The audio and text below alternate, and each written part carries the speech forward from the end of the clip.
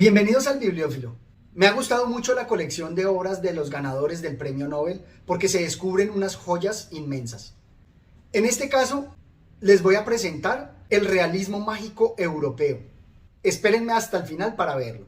Y es que esta obra nos va a contar todas las historias de los habitantes de esta ciudad enmarcados dentro de la historia. Y así, hablando de uno, de esta ciudad, va a hablar de todos, de toda la humanidad. Desde temprana edad, su mirada se acostumbra a las líneas armoniosas de aquella enorme construcción de piedra clara, porosa, regular e impecablemente tallada.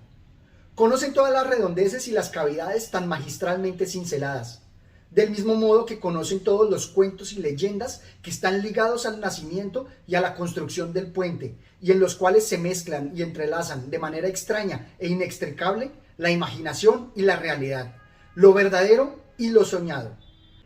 Saben que el puente fue construido por orden del gran visir Mehmed Pachá. Vamos a embarcarnos en esta gran historia que nos cuenta del puente que está sobre el Drina, del premio Nobel Ivo Andrić.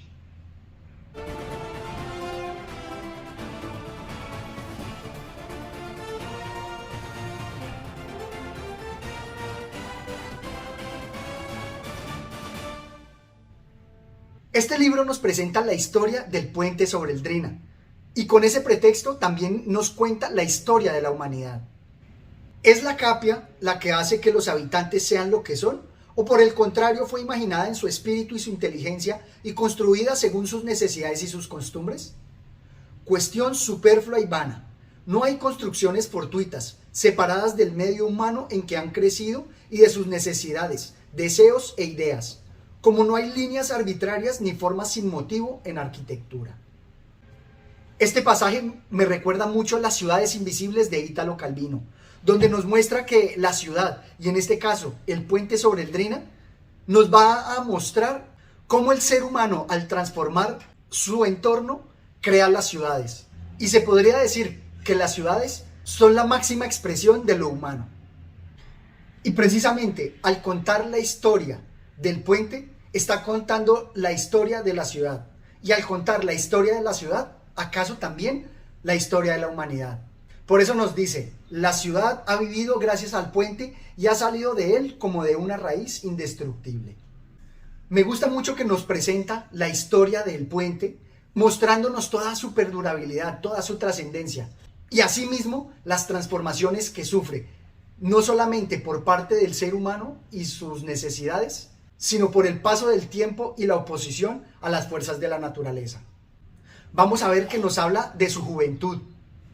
Y la vida en la Capia se renueva siempre y a pesar de todo, y el puente no cambia ni con los años, ni con los siglos, ni con las transformaciones más dolorosas de las relaciones humanas. Todo pasa por él de igual manera que el agua tumultuosa corre bajo sus ojos lisos y perfectos.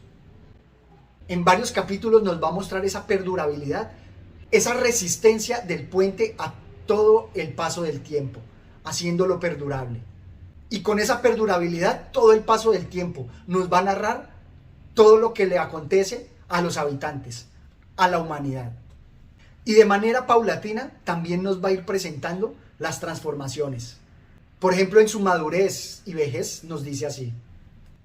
Y el puente continuaba irguiéndose, como siempre, con su eterna juventud, la juventud de una concepción perfecta y de las grandes y estimables obras del hombre, que ignoran lo que sea envejecer y cambiar, y que no comparten, al menos esa es la impresión que dan, el destino de las cosas efímeras de este bajo mundo.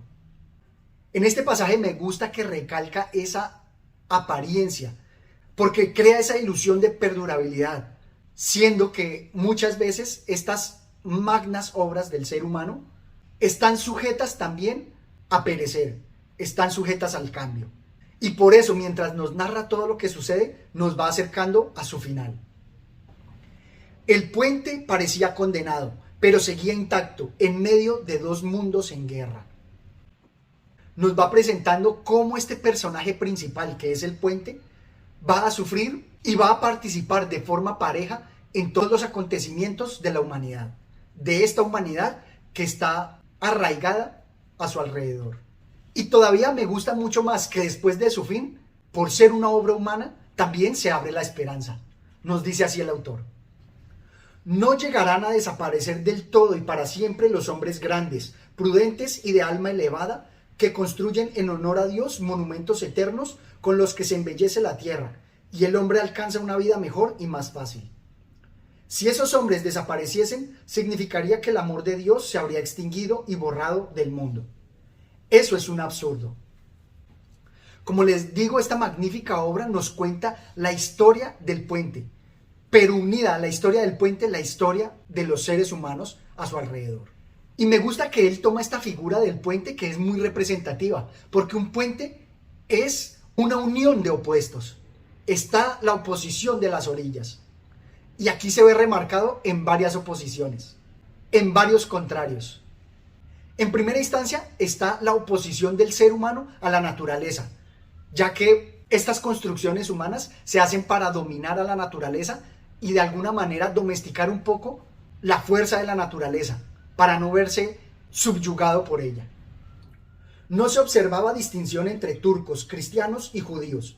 La violencia de los elementos y el peso de la desgracia común había unido a todos, y en particular a los cristianos con los turcos. Me gusta este pasaje porque nos está presentando que en el río habían habido inundaciones, pero el puente se mantuvo firme en oposición a esa fuerza de la naturaleza.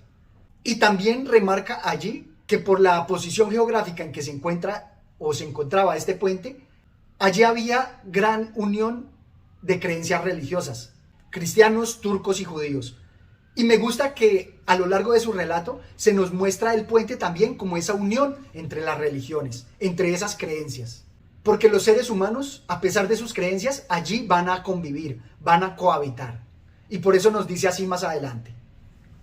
Como sucede siempre, en cualquier lugar y en circunstancias análogas, el nuevo modo de vida significaba en realidad una mezcla de lo antiguo y de lo nuevo.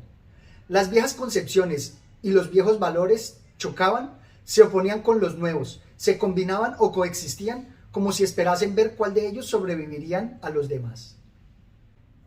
Y es que a lo largo del relato se nos va a presentar no solo la coexistencia de creencias, sino también ese intercambio cultural que se da no solamente en los opuestos de lo viejo y lo nuevo, sino también entre lo propio y lo extranjero. Porque este puente sobre el Drina es la unión entre Occidente y Oriente. Y al ser este lugar común donde se reúne toda la humanidad, vamos a ver que la maestría del autor logra presentarnos todas las anécdotas, todas las creencias populares que se han forjado con el tiempo alrededor de esta magna estructura. Emergen grandes personajes, que acaso algunos serán ficticios, algunos serán leyenda, o algunos otros, siendo reales, los volvieron la tradición popular en leyenda. Lo que me recuerda a la reflexión que hacíamos sobre Cuando la vida empieza de Bunin y de Thackeray, donde se encuentra en la literatura mayor trascendencia en personajes ficticios que en los propios reales. Pero aquí me gusta todavía más porque él en su relato les da vida a esas anécdotas de tradición popular que de otra manera pudieran olvidarse con las generaciones. Nos cuenta aquí de la belleza de una joven que se suicida al lanzarse de este gran puente. O la figura del jugador que acaso pareciera que apostara con el mismo demonio. Dice así: ¿sabes, amigo, lo que vamos a hacer? Jugaremos otra partida, pero esta vez arriesgaremos el todo por el todo. Yo apuesto cuanto he ganado esta noche y tú tu vida. Si ganas, todo es tuyo como antes, dinero, ganado y tierras.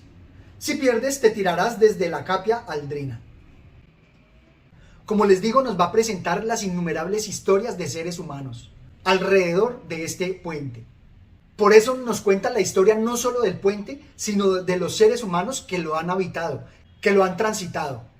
Y pareciera que encontráramos en este relato una epítome de grandes personajes de la historia. Como les dije, tenemos a la bella suicida, tenemos al jugador, también podríamos encontrar a una tía Tula en la persona de Lotica. Espero que me dejen sus comentarios para ver si encuentran esa misma asociación. Y otros personajes que vieron su destino sellado y arraigado al puente, como este otro. Fue así como el muchacho que cometió un error en la Capia se quedó para siempre en la ciudad. Fue enterrado a la mañana siguiente y recibió la absolución del anciano Pope Nicolás, asistido por Dimitri el sacristán. Como les decía, encontramos grandes personas cuyos destinos van a estar unidos al puente. Y esto va creando lo que es el realismo mágico. ¿Cómo no encontrar, por ejemplo, en el personaje del tuerto una expresión del realismo mágico y de la gran imaginación que envuelve todo lo humano, todas las tradiciones populares? Por eso nos dice así: tales personas a las que se canta y de las que se habla son arrastradas velozmente por un destino particular y tras ellas quedan vivas, en lugar de una existencia realizada, una canción o una historia. Una canción o una historia, y que el mismo autor también nos dice que estas leyendas se vuelven perennes, se vuelven perdurables e inmortales. Algo similar a lo que Gabriel García Márquez nos presentaba con su realismo mágico de Macondo. Si Gabriel García Márquez tomó a Macondo, hablando de las distintas generaciones que vivieron, de estos individuos mezclados con su entorno, mezclados con su cultura caribe, contándonos de las costumbres y la tradición popular del pueblo de Macondo, vamos a ver que Ivo Andrich va a hacer lo mismo con el puente sobre el Drina, porque nos cuenta la historia de individuos, anécdotas, que al volverse tradición popular se unieron con el destino de la ciudad, y así nos cuenta que pasa por generaciones.